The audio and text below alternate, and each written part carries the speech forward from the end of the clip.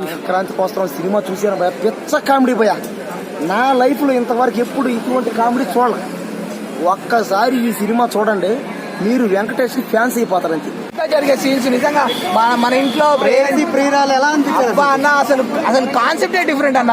అంటే ఎక్స్ తీసుకొచ్చి ఇంట్లో పెట్టడం ఏం ఫీల్ ఉందన్న. అసలు ఆ సీనే లోపలికి వెళ్ళిపోయాను ఎమ్మటే. అంటే మనం కూడా తీసుకొచ్చి పెడితే ఎట్లుంటది ఇంట్లో ఇల్లాలు వంటింట్లో ప్రియాలు ఇంట్లో దానికంటే బాగుందన్న. నిజంగా ఆ రేంజ్ ఉంది సినిమా. వెంకటేష్ గారు అబ్బో వాళ్ళిద్దరి మధ్య గొడవలు, వెంకటేష్ గారు వచ్చి ఆ బాధపడడం, వాళ్ళు ఆమెని సర్ది చెప్పలేక ఈమెని సర్ది చెప్పలేక ఆ పడే కష్టాల్లో కామెడీ వస్తుందన్న.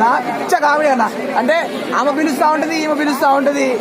వెంకటేష్ గారి ఎక్స్ప్రెషన్స్ ఎట్లుంటాయి అంటే మనకి నమో వెంకటేశ్వర ఉన్నట్టు అసలు వేరే లెవెల్ ఎక్స్ప్రెషన్స్ అన్న. కామెడీ ఆయన ఫేస్ లోనే కామెడీ ఉంటుంది అన్న.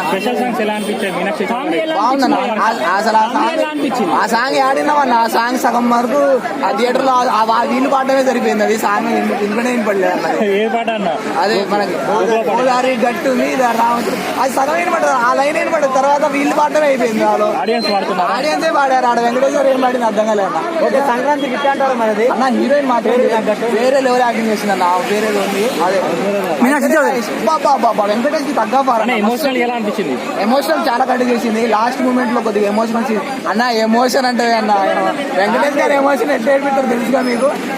కడుపుప్ప నవ్వించి లాస్ట్ లో ఏడిపించింది అన్న.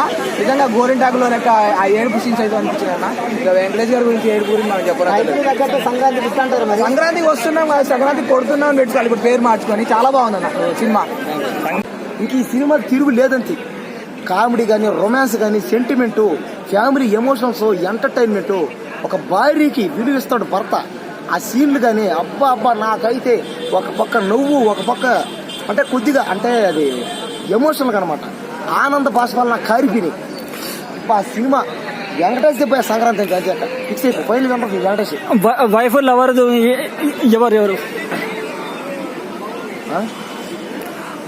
వైఫ్ లవర్ ఉన్నారు కదా, మీకు ఎవరు నచ్చారు?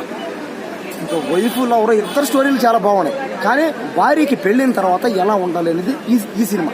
అంటే భార్యని ఎలా చూసుకోవాలనేది ఈ సినిమా. ఒక్కసారి చూడండి సినిమాకి. ఇంక సంక్రాంతి అయితే వెంకటేష్ అయితే. సో మన భార్యకి లవర్ గురించి చెప్తే ఏమైతుందో ఈ సినిమాలో చూపించారంట. క్లారిటీ చూపించాడు.